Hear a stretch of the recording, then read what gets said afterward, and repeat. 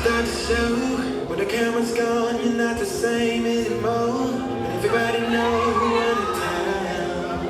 I know you will show up so long, and I'm riding for you.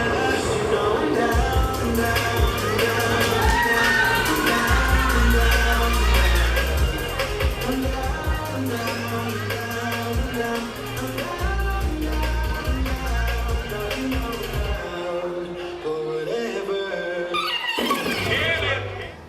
Seems like everybody's got a prize. I wonder how they sleep at night. When the sale comes first and the truth comes second. Just stop for a minute and smile. Taking you back to the old days of Holly Betonia, you would remember that, where we used to be scouting for talent. But apparently, the Minister of Arts and Multiculturalism has started his own scouting for talent for Trinidad and Tobago. I've got him on the line. Dr. the Honourable Lincoln Douglas is online with us, our Minister of Arts and Multiculturalism. Good morning, sir. Thank you very much for taking this call at such short notice. Good morning, Ansley. Such a joy to be here. All right. I wish that you were in studio, but however, I see that you've started up a little exercise. There seems to be a little talent contest going around Trinidad and Tobago, and you're supporting that, trying to harness and find the talents in the far-reaching communities of TNT. What started this off? Yes, boy, this was quite an exciting time for me. I was, as you rightly saw there, I was quite impressed myself.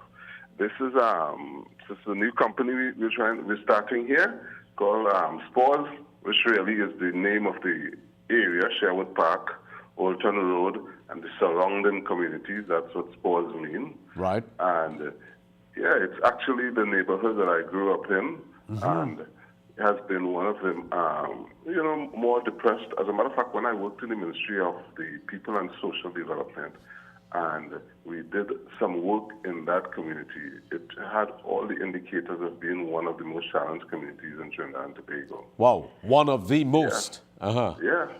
And so here it is. We decided to have this talent competition that would go the length and breadth of Lopino Bonnet West, from Arima all the way down to Tacarigua and as far as Lopino up in the north. And what we saw was such a wealth of talent. I think one of the first girls that we saw was a 9-year-old girl who, just has an amazing voice.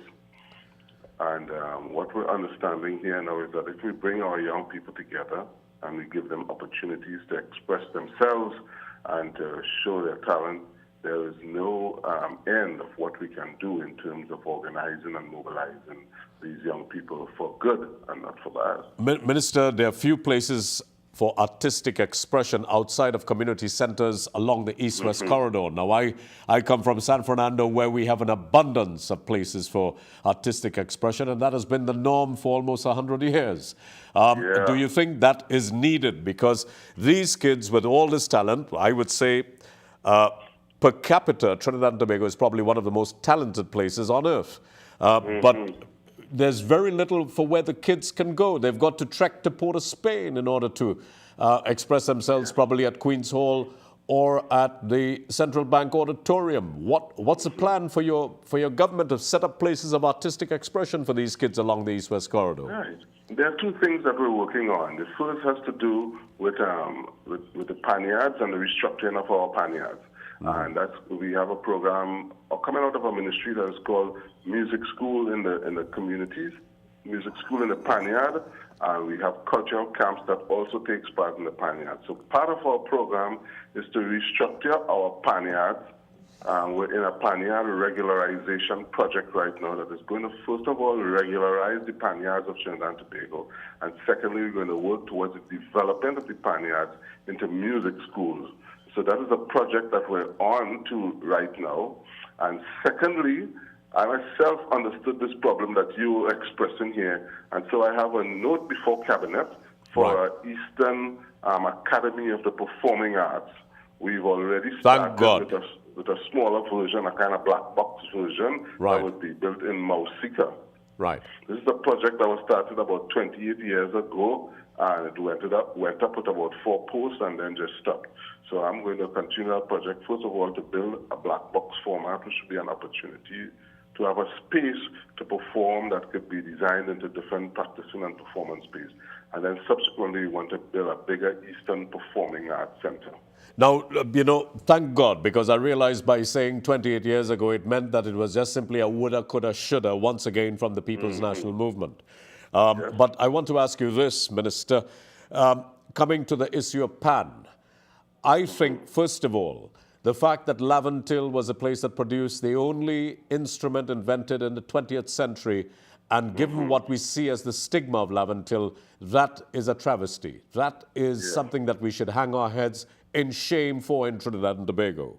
In addition to that, are you satisfied, Minister, with the way Pan Trinbago has managed pan in this country? Because personally, I was one of those, I grew up in San Fernando where I grew up near South Stars. South Stars was just a couple houses from where I grew up.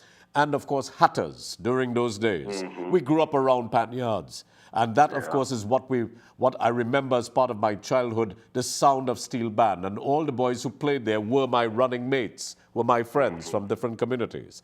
And I can say this, having grown up near pan yards, that I think Trinidad and Tobago, and I've seen successive governments display complete and utter contempt for pan in Trinidad and Tobago.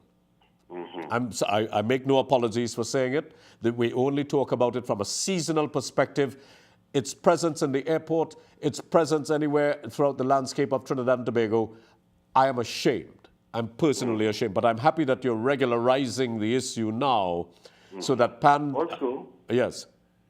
Yeah, I was saying, I think the vision of Pan Trinbago has been limited by successive regimes of people who didn't understand the value of culture and the purpose of culture and the arts for a nation. I just came back from, two events, South by Southwest and the National Society of Black Engineers, where I spoke in the United States. Right. This was over 15,000 people who are engineers and in engineering school for black people in the United States. And they were following a program called STEAM, which is Science, Technology, Engineering, and Math. This was their educational emphasis and project in order to move the educational agenda. And they suddenly realized that they left out something important. And so they changed STEM, which is the Science, Technology, Engineering, and Math, to STEAM, Science, Technology, Engineering, the Arts, and Math. Right. So now they understand that the arts have a significant role to play in holistic education that could create a complete person. And so in Trinidad and Tobago, even though we have had arts, we have to move our arts and our idea about arts from a folk level to a professional level. We have to move our thinking about the arts and culture from a folk way, which is we got stuck in the West Village mentality, which was a good start, but all countries move their arts from folk. So even like if you take like China, you will start like whether it's juggling or basket weaving or lion acrobat, dancing, you would start off as music, a folk thing, drumming. but over a period of time, you move to a professional level where the standard, the expectation, the delivery, the professionalism becomes at such a level that you can now make money and move it in around the world. And that's what we need to do in Trinidad. But Dr. Douglas, in the arts is supposed to move from a folk level to a culture to a professional level. Dr. Douglas, every first world country, every powerful, wealthy country in the world puts arts as a priority. Every first world country, arts is a priority. The respect, places like China, India, and now let's go to Great Britain, Scandinavian countries, Germany. Arts is at the center of their livelihood. Yes. They understand that. That's why they're first world. That's why their mentality has been elevated. If you speak to all the kids who participated in Math Olympiad, sir, and you being a doctor, you would know this. You would know that all the successful children throughout the planet are children who have a discipline, some discipline in the arts. Yeah. And that's known as either they're writing or they're playing music or they're singing or they're involved in drama or playing an instrument. It's a fact. It's a fact. But I'm so happy you're taking us in this direction because this is the only way we can address it. Not everybody can be an academic.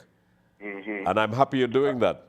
Well, Minister, Yes. I want to congratulate you. I got to go to my next interview. Is there anything you'd like to add just before we close? Yeah, I would say that hopefully this year we're doing the international conference on PAN and the international panorama, and hopefully we'll be able to take only PAN, as you were rightly saying there, in a way that and the government has just been working through the opportunity to make this kind of delivery. And so we'll have statues of PAN and figures of PAN and competition with PAN, and the international community will actually deliver a conference on PAN, and this would really, hopefully, give us once and for all the opportunity to own steel band and own arts and culture in Trinidad and Tobago in a professional manner. So we're looking forward to this, and I want to encourage our leaders to always recognize that the art and the culture is the foundation of your society. You got some, I'm looking at some pictures, you got some real good looking. Yes, I'm looking at it. You got some real pictures. good-looking people down in the constituency there, Dr. Yes, Douglas. man. All right. Listen, congratulations, and any assistance you need. We have a television and a radio stations here, sir. We're part of building Trinidad and Tobago. We are for national development on this company. So we'll be more than happy to support you in whatever you're doing, sir. Arts is at the center of every first world development. And I think you understand it, and we want to help. All right, sir. Thank you. Thank you very much. All right. That's Dr. Lincoln Douglas. We'll be right back. The Minister of Arts and Multiculturalism. When I come back, Dr. Narcissist, the author, is here. Bhavina is up next on the show. Please stay with us.